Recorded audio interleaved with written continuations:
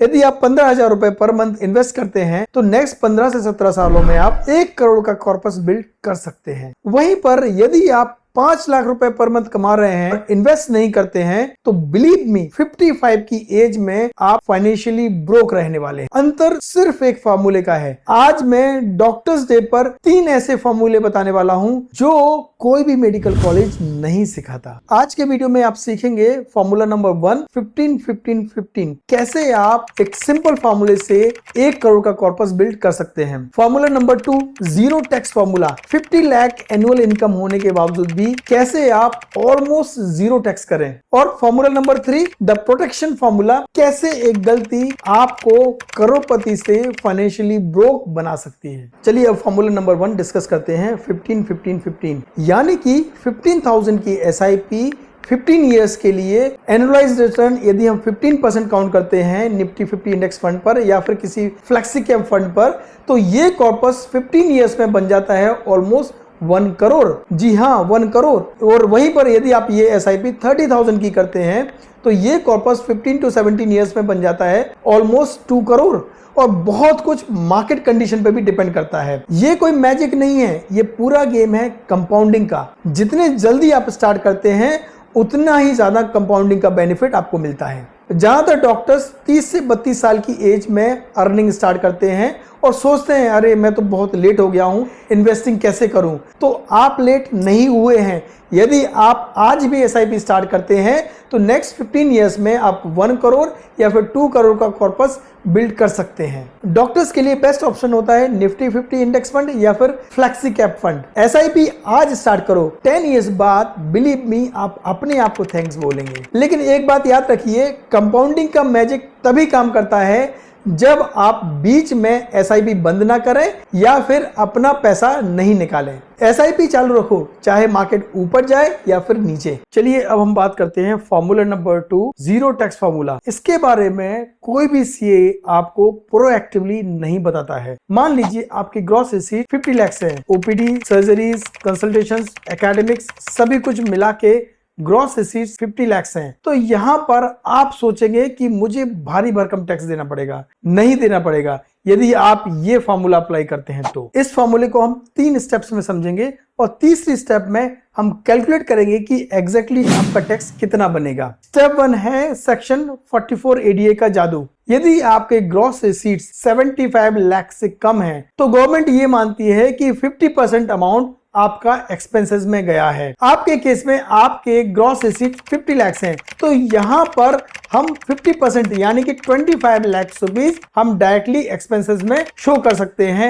No bill no question asked. अब यहां पर हमारी टैक्सेबल इनकम निकल के आती है 25 लाख। अब step 2 basic exemption. As per new tax regime basic exemption 4 lakh तक है। तो यानी कि अभी जो टैक्सेबल इनकम 25 लाख आ रही है उसमें से हम 4 लाख रुपीज माइनस करते हैं तो अब नेट टैक्सेबल इनकम बन के आती है 21 लाख। तो चलिए अब हम स्टेप 3 में हम टैक्स कैलकुलेट करते हैं कि एग्जैक्टली 21 लाख पे कितना टैक्स बनता है। तो as per new tax slab 4 lakh से 8 लाख तक की इनकम पर 5% टैक्स बनता है, तो ये आता है 20,000। 8 लाख से 12 लाख तक 10% टैक्स बनता है और ये आता है 40,000। 12 से 16 लाख तक 15% और ये आता है 60,000। और 16 लाख से 20 लाख तक 20% स्लैब आता है और ये अमाउंट आता है ऑलमोस्ट 80,000। और 20 लाख से लेके 24 लाख तक 25% टैक्स लगता है और ये वैल्यू आ जाती है 1 लाख रुपीज। उसके बाद रिमेनिंग 1 लाख रुपीज यानी 24 लाख से 25 लाख तक के बीच में आपको 30% टैक्स लगेगा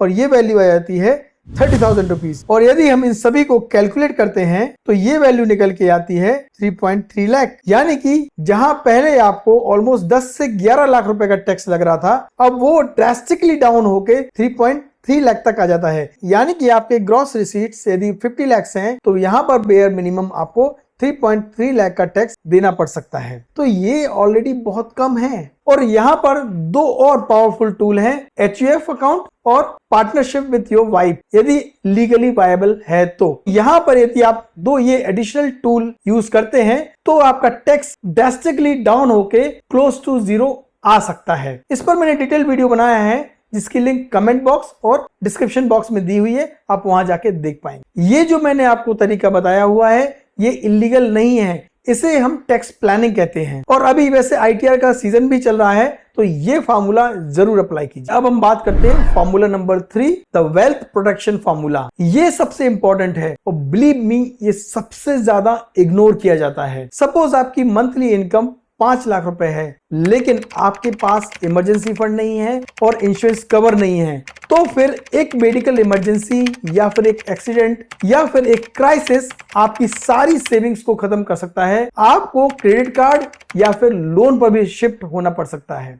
ये ट्रेजेडी नहीं है, ये प्लानिंग फेल्यूर है। याद रखिए, वेल्थ बनाने से ज्यादा वेल्थ को प्रोटेक्ट करना बहुत जरूरी होता है। यहाँ पर 3 चीजें आपको याद रखना है। सबसे पहले आता है टर्म इंश्योरेंस। इसके लिए 20x का रूल होता है, यानी कि आपका कवर एनुअल इनकम के 20x के बराबर होना चाहिए। सपोज आपकी एनुअल इनकम 50 लाख है, तो यहाँ पर इंश्योरेंस कवर ऑलमोस्ट आपका 10 करोड़ होना चाहिए। डॉक्टर्स ये सोचते हैं कि मुझे इसकी जरूरत नहीं है, एक्चुअली उन्हें ही सबसे ज्यादा इसकी जरूरत होती है। दूसरा है इमरजेंसी फंड। इसके लिए 6x का रूल होता है, यानी कि मिनिमम 6 मंथ के एक्सपेंसेस के बराबर आपके पास इमरजेंसी फंड होना चाहिए। सपोज आपके मंथली एक्सपेंसेस 2 लाख रुपीज हैं, तो यहाँ पर 1 लाख का इमरजेंसी फंड आपके पास होना चाहिए। इसको आप एज FD के फॉर्म में रख सकते हैं या फिर लिक्विड फंड में रख सकते हैं। और तीसरा है हेल्थ इंश्योरेंस। अब आप सोचेंगे कि मैं डॉक्टर हूं, मुझे हेल्थ इंश्योरेंस की क्या जरूरत है। जब एक हेल्थ इमरजेंसी आती है आपके लिए या फिर आपकी फैमिली में, तब हॉस्पिटल डिस्काउंट काम नहीं करता है। हेल्थ इंश्योरेंस आपकी बनी बनाई वेल्थ को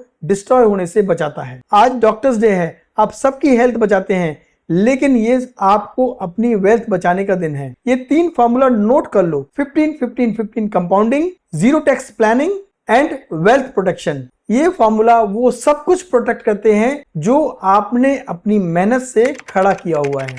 अगर आज का वीडियो आपको हेल्पफुल लगा है, तो इसे आप एक डॉक्टर फ्रेंड के साथ शेयर जरूर करना। और यदि आपको लगता है कि किसी एक फॉर्मूला को मैं डिटेल में डिस्कस करूं, तो कमेंट में लिखिए फॉर्मूला 1, 2 और 3। मेरे इस चैनल को सब्सक्राइब करना मत भूलिए। मिलते हैं अपने नेक्स्ट वीडियो में। Happy doctors day.